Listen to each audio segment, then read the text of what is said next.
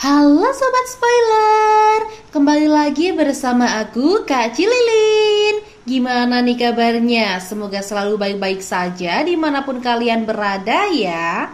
Udah pasti sekarang aku bakalan lanjutin spoiler dari Donghua terseru, terkeren, dan pastinya menegangkan.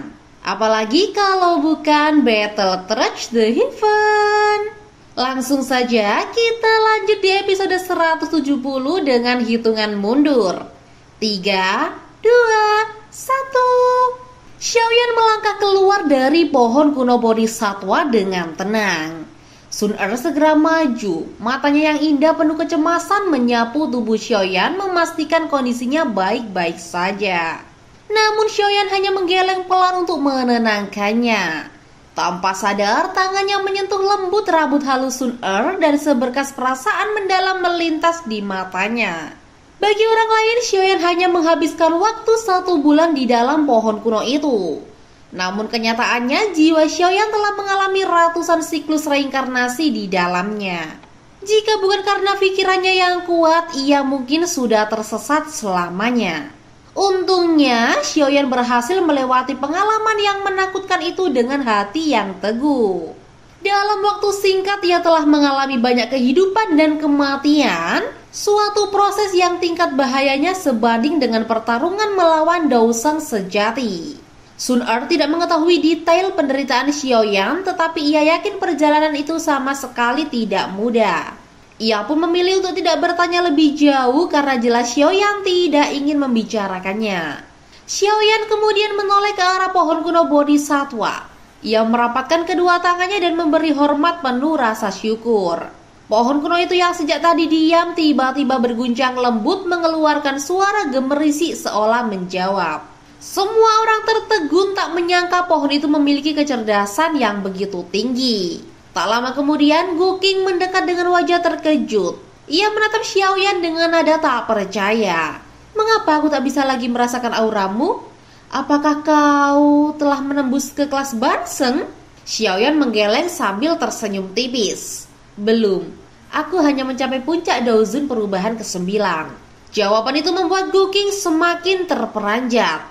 Meskipun bagi orang lain pencapaian itu terasa cepat, Xiaoyan tahu bahwa kekuatannya adalah hasil dari 100 tahun pengalaman yang ia jalani dalam reinkarnasi. Ia telah berulang kali memadatkan Douqi, menyempurnakan fondasi dan menekan kekuatannya dengan hati-hati agar tidak mengorbankan potensi masa depan. Xiaoyan lalu mengalihkan pandangannya kepada Hunyu, Jiufeng, dan kelompok mereka. Merasakan tatapan itu, ketiganya segera mengedarkan Douqi penuh kewaspadaan seolah siap menyerang kapan saja. Senyum mengejek terangkat di sudut bibir Xiaoyan.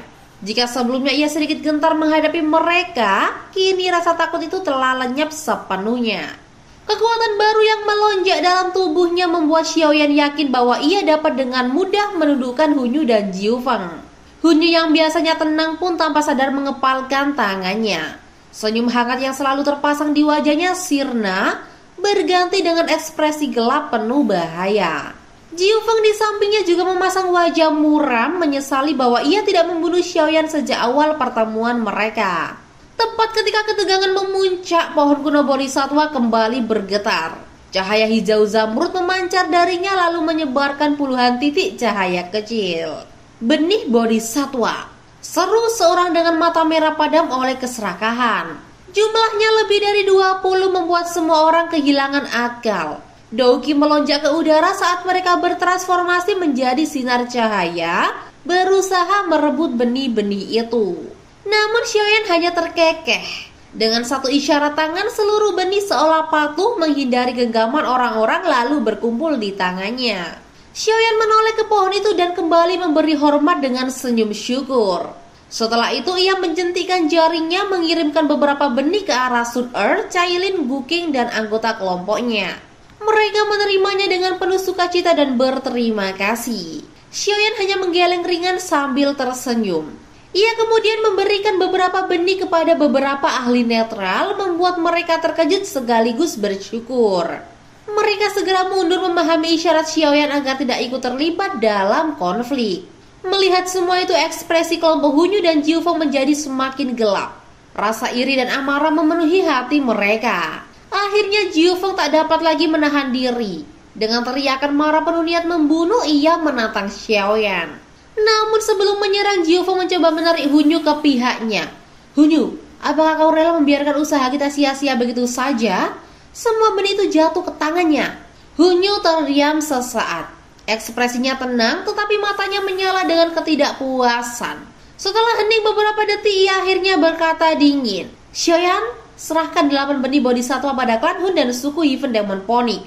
Xiaoyan tersenyum samar menatap 11 benih yang masih di tangannya.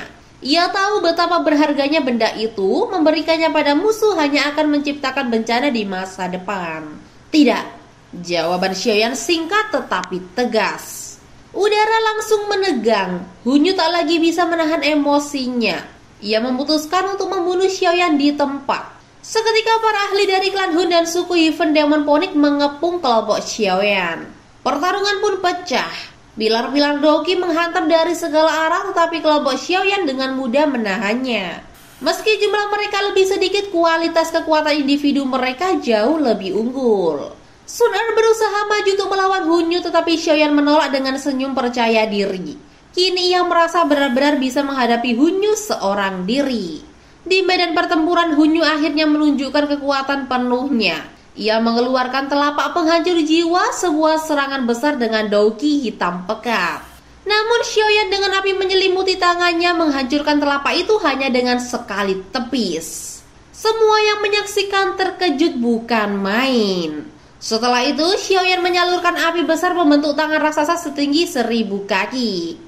Hunyu mencoba bertahan dengan kabut hitam yang berubah menjadi binatang buas, tetapi mereka langsung meledak di bawah panas api. Serangan itu menghantam Hunyu telak, membuatnya muntah darah dan terhempas keras ke tanah. Para ahli netral menarik nafas dingin. Mereka bersyukur tidak ikut campur. Xiaoyan kemudian mengibaskan tangannya menciptakan hembusan angin yang melukai banyak anggota klan Hun dan Heaven Demon Phoenix. Jiu Feng yang menyaksikan kekalahan Hunyu langsung pucat. Ia sadar hanya tetua agung klannya yang mungkin bisa menghadapi Xiaoyan saat ini. Xiaoyan sempat berniat menghabisi Hunyu dan kelompoknya, tetapi tiba-tiba pohon kuno bodhisatwa kembali bergetar. Ruang di sekitarnya bergejolak hebat. Xiaoyan segera menyadari bahwa ruang ini akan runtuh dan pohon itu akan kembali tenggelam ke tanah untuk beristirahat entah sampai kapan. Semua orang panik, pertarungan pun terhenti. Para ahli klan Hun buru-buru menolong Hunyu yang terluka parah. Ia menatap Xiaoyan dengan penuh kebencian, sementara Jiu Feng di sampingnya hanya bisa menggertakkan gigi menahan amarah. Sesaat sebelum runtuh, keduanya saling bertukar pandang, lalu Jiu Feng mengangguk pelan pada Hunyu. Pada saat bersamaan, riak spasial semakin membesar menandai berakhirnya kesempatan mereka di dalam pohon kuno bodhisatwa. Retakan spasial mulai muncul di mana-mana, jumlahnya terus bertambah hingga mencapai ribuan. Akhirnya di depan mata semua orang yang panik, ruangan itu pun meledak. Adegan berpindah ke bagian terdalam wilayah kuno Westland, tepat di luar pohon bodhisatwa kuno. Beberapa sosok termasuk Nalanianran dan mereka yang tidak memasuki pohon sedang menunggu di dekat pohon raksasa itu setelah pulih dari luka-luka mereka. Tiba-tiba pohon kuno bodhisatwa mulai bersinar dengan cahaya zamrud yang menjolok. Dari dalam cahaya itu banyak sosok bermunculan dan mendarat di tanah di sekitarnya. Kelompok Nalanianran bersorak gembira ketika melihat sosok-sosok yang muncul, terutama guru mereka. Sementara itu kelompok Guking menarik nafas lega. Merasa bersyukur telah selamat dari bahaya serta ilusi menakutkan di dalam pohon selama sebulan terakhir. Xiaoyan pun menghela nafas panjang, merenungkan transformasi luar biasa yang dialaminya selama 1 bulan berada di dalam pohon kuno bodhisatwa. Meskipun kekuatannya tidak meningkat drastis, pengalaman itu meninggalkan bekas yang mendalam pada tubuh dan jiwanya. Saat orang terakhir keluar, pohon kuno bodhisatwa tiba-tiba bergetar hebat. Cahaya melingkar dilepaskan dari bawahnya membuat tanah di sekitarnya tampak mencair. Perlahan-lahan pohon raksasa itu mulai tenggelam ke dalam bumi melalui tanah cair tersebut. Ekspresi banyak orang berubah muram. Penyesalan tergambar jelas di wajah mereka. Mereka tahu pohon itu mungkin tidak akan muncul lagi selama ribuan tahun. Guking menghela nafas panjang dengan nada menyesal karena tidak berhasil menemukan jantung bodhisatwa di dalamnya. Namun Xiaoyan yang mendengar keluhan itu hanya tersenyum tipis di dalam hati sambil menyentuh dadanya. Di sanalah kristal jernih berwarna zamrud yakni jantung bodhisatwa kini berada. Ia memang belum memurnikannya, tetapi Xiaoyan tahu bahwa setelah melakukannya ia akan dapat melangkah ke ranah Douseng. Saat makhluk roh bodhisatwa tenggelam sepenuhnya, Xiaoyan mengucapkan terima kasih di dalam hati, berharap suatu hari bisa bertemu kembali dengannya.